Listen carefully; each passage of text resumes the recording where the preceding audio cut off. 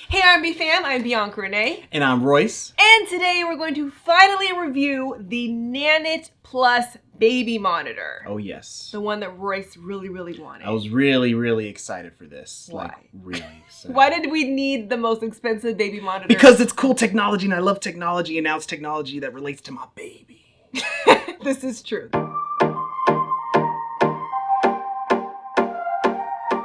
We got the Nanit as a Christmas gift, so shout out to Royce's parents because Yes, we thank you. do love it.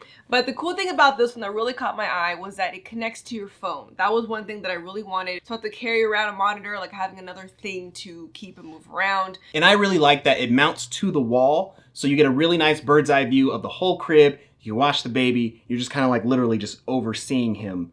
And you also get notifications anytime anything goes down. So motion detected. So if Royce is in there changing the diaper, I know he's in there. Oh, yes. Sound detection. If he makes any type of little or actually cries, Yep. we'll know that he's waking up or is awake. And with those notifications, it's really cool because you can monitor all that in the background. You don't even have to have the app open. It's just a setting that you turn on. You can just close your phone and you'll still get all those notifications. One of the main reasons, aside from it being on my phone, is that it also monitors the baby's breathing. So as you know, if you're a new parent, you will just watch your baby 24/7. Like, are you breathing? Are you breathing? Is he breathing? And you're just like wanting to make sure your baby's alive. Like, comment below if you can relate. So to kind of help ease that stress, it has this little swaddle you could buy separately, or this little like a little Velcro waistband, like workout sweat belt for your baby with a little code on it, so that the monitor will track that and track the baby's breathing. So in your app, it'll say your baby is breathing this many breaths per second, so you can see exactly what's going on. And heaven forbid, if something happens and the baby stops breathing, the app will notify you with a really loud alarm sound, which we accidentally set off because we took the swaddle off and then left it in there. So the Nanit's like, yo, what's going on? Something's wrong. Yeah. And then the alarm went off. So after hearing how loud the alarm was, I was like, cool, that will wake me up if anything goes wrong, because SIDS is definitely a thing, and that's something that all new parents worry about, especially with our baby being in another room in the crib. So he's been in his crib since maybe like 2 months. Yeah, 2 or 3. Yeah, so we really just wanted to have all eyes and ears on him at all times. One thing that we really use our Nanit for is to track Jalen's sleep even in the daytime. So we can easily look at our phone and see when his last nap was and how long it was. So it makes his sleep schedule a little bit more organized. So those are all the cool things that we knew about the Nanit even before experimenting with it with our baby. But now that we have it and we've been able to use it, we've also learned that it has sleep training. So since the monitor is keeping track of your baby's sleep every moment of the day, it has this really awesome chart that tells you a full breakdown of the day. The baby was awake for this many hours, his naps are usually this long, he woke up this many times at night, just literally everything you need to know, and it gives you tips via email on what you could do to get a better full night's sleep. And on top of that, it does night recaps. So in the morning, you can open up the app and you can see how well your baby slept through the night. And there's a little chart on the bottom and it's color coded. So I believe when he wakes up, the color's yellow. So if there's like a long yellow bar, then you know, okay, well, my baby was up for like an hour or 2 hours last night. So then you can figure it out and adjust. And what I was excited to find out was that the Nanit can actually connect to the Alexa. And as you guys might know, he's connected everything, baby, to Alexa. So one of the cool things is if you have an Alexa that has a screen, you can actually use that as the baby monitor. So if you don't want to use your phone, you can do that. And all you have to say is, show me Jalen. Okay. And there he is. And he's over there, but I'll get a close-up so you can see it. Now that we told you how awesome the Nanit is, now let's give you some cons. One, this thing's expensive. So it's $299 for just the Nanit Plus, which is the camera and the wall mount. And we were gifted with the complete monitoring system. That's $379. That comes with the camera, wall mount, multi-stand, and swaddle. So all that stuff, aside from the camera and wall mount, are things you'd usually have to purchase separately. When you buy the camera, does it come with the little band at least, or is that separately too? I believe that's separately too. Okay, because so that you also need the swaddle if you want to do the breathing monitoring. Yeah, so the band and the swaddle were packaged together. Got it. And there's a bunch of different sizes, but our baby quickly outgrew the swaddles. He was already trying to flip over, so we had to just stop swaddling completely. So we didn't even get to utilize the breathing tracking as much as I really thought we would, Mhm. but still a cool feature. Another downside to using the Alexa and our phone is that you could have connectivity issues because everything's run through Wi-Fi. So there was a point in time where our Wi-Fi was just tripping, and he So was bad. like maybe 1 month old, and Mhm. when you're in that new stage with the baby cries for a second, you freak out and you want to go with the baby.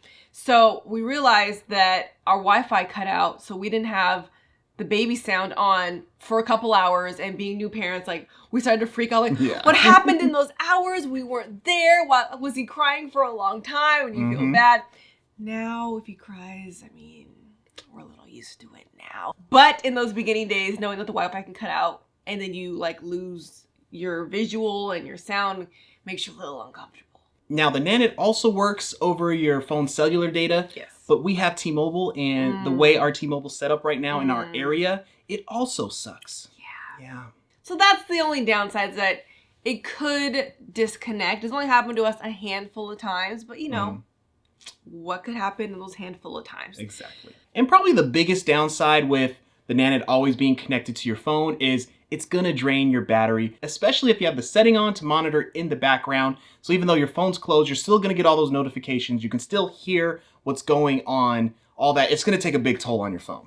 And then lastly, the subscriptions. So the Nanit Insights, the thing that's so cool about having this is you got to pay for it. Now, when you buy your Nanit, it comes with a year free of the basic Insight annual plan, which is usually $50 a year.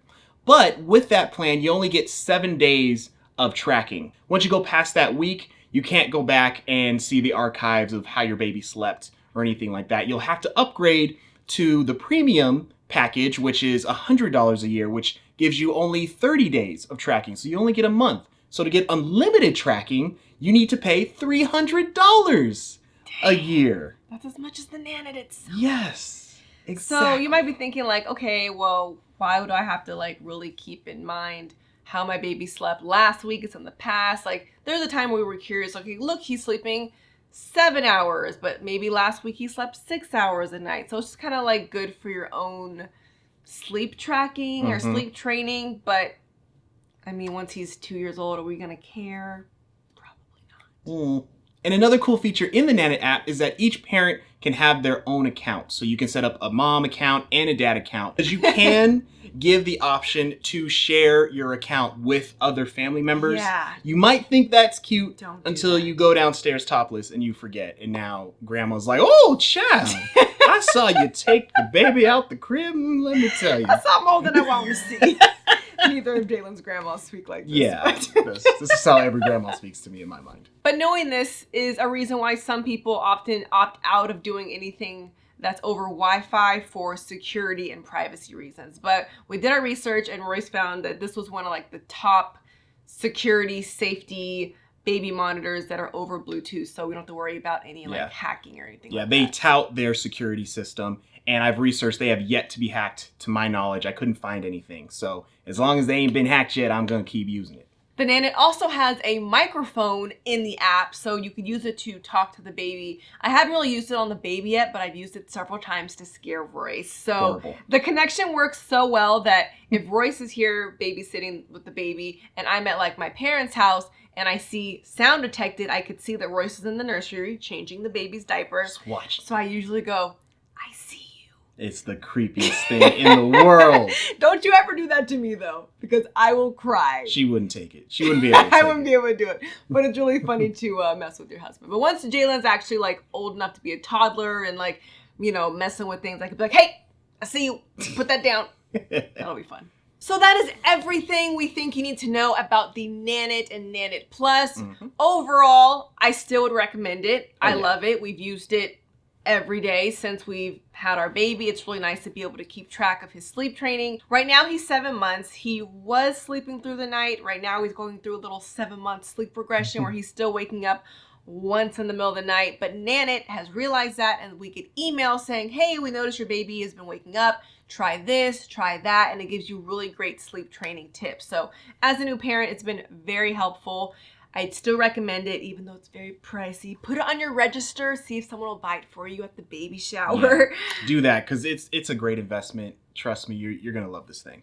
So if you guys also have one, we'd love to hear your thoughts and opinions. If you're thinking about it, what pros really stick out for you? What are you looking for when purchasing a baby monitor for yourself? Or if you like another one, let us know your favorites in the comments below. And if you already own a Nanit and you're like, how do I set this thing up? Well, it's funny that you asked that question. I actually have a video on unboxing it and setting up the Nanit and mounting to the wall. It's quite a great video. He did a really good job. I didn't mess up. We'll link it in the description box. The Nanit has yet to fall on our baby's face, so Royce It's did a win. Good job, Dad. I did. You also can follow us on Instagram at RNBFam. We're trying to post more reviews. You know, we did have a baby, so sorry these aren't coming out as quickly as we wanted to. Parenting is hard. Yeah, you know. But subscribe for more family videos, and we'll see you guys next time. See ya.